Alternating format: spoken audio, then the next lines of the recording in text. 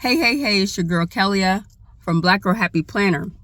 Just hopping on here today because I wanted to respond to some of the recent things that are going on in the news, one in particular, but also juxtapose it against a book that I'm currently reading for one of my book clubs that I'm in. The shout out to the Bookish Ladies Zoom book club. We're reading a book right now called We Refuse. It's by Kelly Carter Jackson, and it's a book based on the history of Black resistance, not just in America, but mostly America, and particularly mostly from the viewpoint of African American women and resistance to violence, resistance to being held as slaves, resistance to just the oppression that's put upon Black women often. And so I'm reading it, and the part that I'm also, if you don't know, I'm also taking courses to become a 6th grade social studies teacher, and I'm having to reread and relearn a lot of history, especially about America. It's funny how when you are young and you learn all these things and all this information is put into your head, you don't really think about it, and you don't retain all of it, and you don't understand a lot of it until you're older. So now that I'm older, and now that I'm having to study these things all over again, and then I'm also reading books that are specifically, because, back in the day, they didn't have books by Black authors that were, one, used in the classroom, but two, specifically talking about the issues that face Black people. We had some books, but they weren't required reading. And so right now, since I'm in book clubs, we read things that are specifically about Black history, and all the things that we've gone through in life, especially here in America. And so what I wanted to do was hop on here and talk about that, particularly as it ties into what happened in Minneapolis, Minnesota yesterday. As you all know, 47, that's what we'll call him, he implemented this whole new ICE agent force. That's what we'll call them. A force of men who go around degrading people, yelling at people, snatching them, kidnapping them, and saying that they're criminals and in violation of their immigrant status in America. A lot of those cases are false. And then he also invades cities, and I use the word invade. They invade cities that are in opposition to him and his views and his MAGA cronies. They're often Democrat-led cities and states. And so they go in and cause a bunch of ruckus and cause people, to get all angry. And then they accuse us and the Latino protesters and women and all of that. They accuse us of then being, violent. And look at them. They don't know how to protest peacefully. Yes, one, we know how to protest peacefully.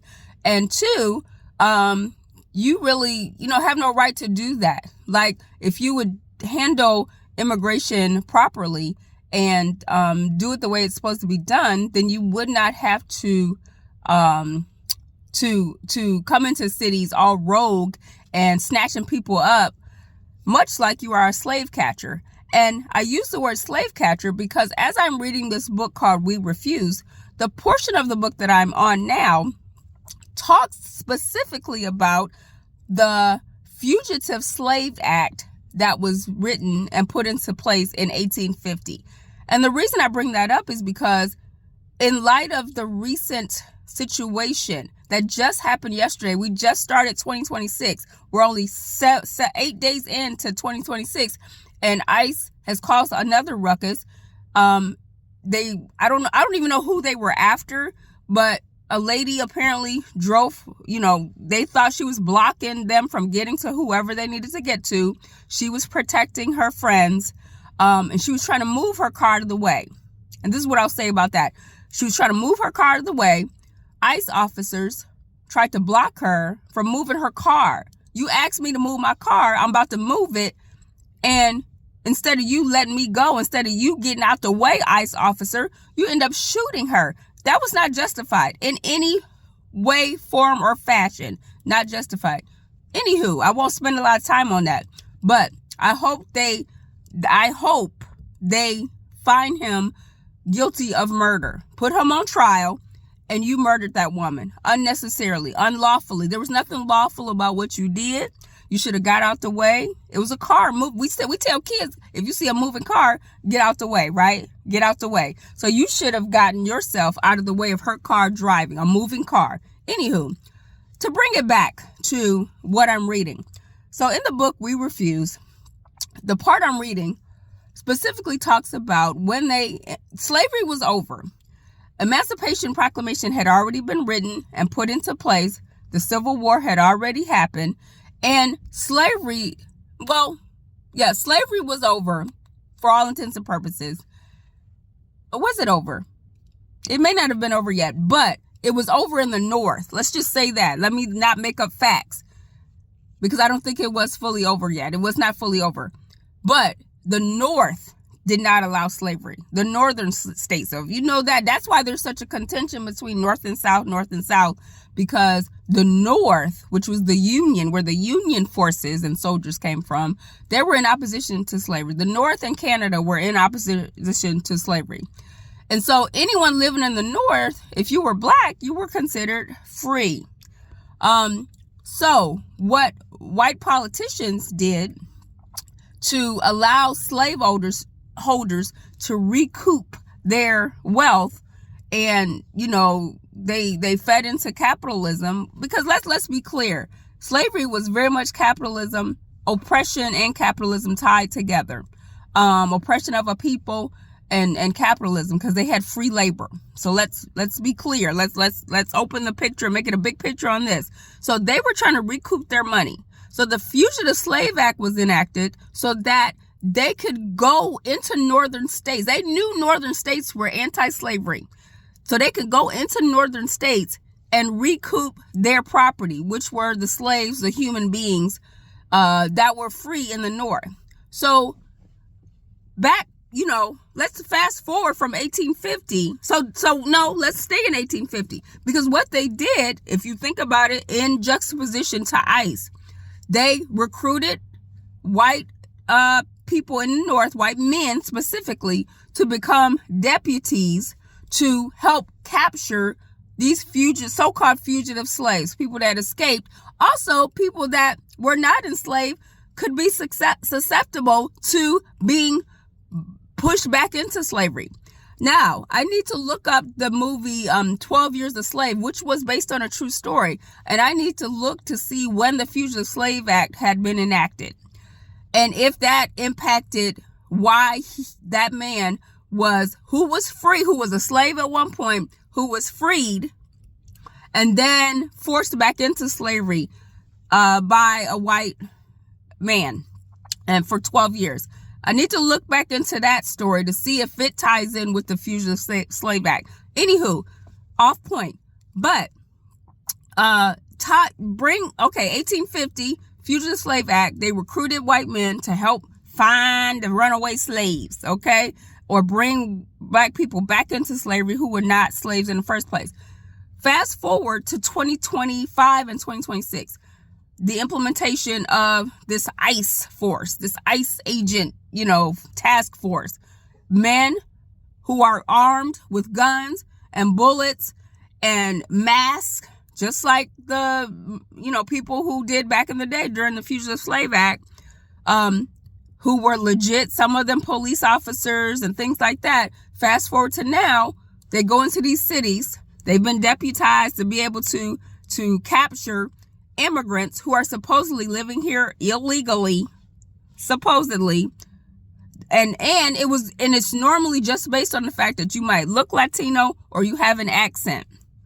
They did the same thing during the Fugitive Slave Act period. If you were black and you sounded like you was from the South, they was like, oh, you must be a fugitive slave. You see what I'm getting at? You see how that goes together? Fast forward to now, if you look Latino or sound Latino, you must be an illegal immigrant. What?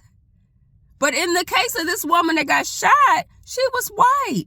And I do not understand, again, why you would step in front of a car or alongside a car that's a moving vehicle, wheels are moving, where you could get run over when all you had to do was step back, get out the way of the car. That was not necessary for you to do. What did that lady have to do with anything that an ICE agent is supposed to be doing? You do not have the authority to arrest this lady because she was doing nothing but moving her car. So again, go back to 1850, Fugitive Slave Act. People were slaves who, maybe had an uprising in several places like the state of Ohio. The state of Ohio was a very staunch anti-slavery state, and a lot of things happened. There was Oberlin College that was letting black people go to school up there, and there was all kinds of activity going on. Shout out to Ohio, Cleveland, what's up? But it was very much tied to anti-slavery. So that was one of the main states that got the attention of folks that wanted to recoup their slaves and go get black people and bring them back to the South so they could work for them. No, that's not how that works. So I am bringing up all this to say history repeats itself very, very much. We know this, but it's repeating itself in a way that's taking us backwards. 47 and his ICE agents and Christy Nome with her fake big 10-gallon hat on trying to get on TV like that lady was in violation. She was not in violation of anything. The person that was in violation was the ICE agent. And I bring all this up to say is that history is repeating itself. So we need to read more and pay attention to things more. Okay? Because when we do that, we'll find that the people that are trying to take us backwards need to be stopped. Okay, they need to be stopped.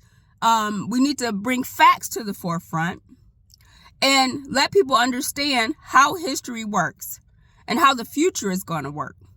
No, you are not allowed to just go around arresting people because they look or sound Latino, or because if, say, for instance, I'm harboring, back in the day, if you were harboring a slave in your house, you could get arrested or beaten or killed.